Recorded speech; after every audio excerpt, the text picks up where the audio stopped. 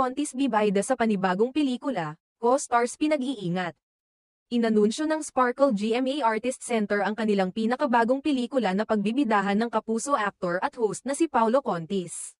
Sa isang Instagram post ng Sparkle GMA Artist Center noong linggo, Ikalawa ng Pebrero, ibinahagi nila ang ilang mga eksena mula sa proyekto na ipinagmamalaki nilang tinutukan ng buong produksyon. Ang pelikulang may pamagat na Lost and Found ay isang espesyal na proyekto na hindi lamang nagtatampok ng magagandang tanawin, kundi pati na rin ang malalim na kwento ng buhay, pag-ibig, at pagkawala.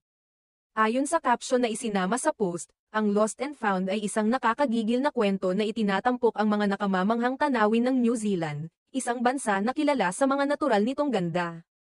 Ang pelikulang ito ay isinulat ni Noreen Cap-Ely at idinirek ni Louie Ignacio. Mga batikang pangalan sa industriya na kilala sa kanilang husay at dedikasyon sa paggawa ng mga proyektong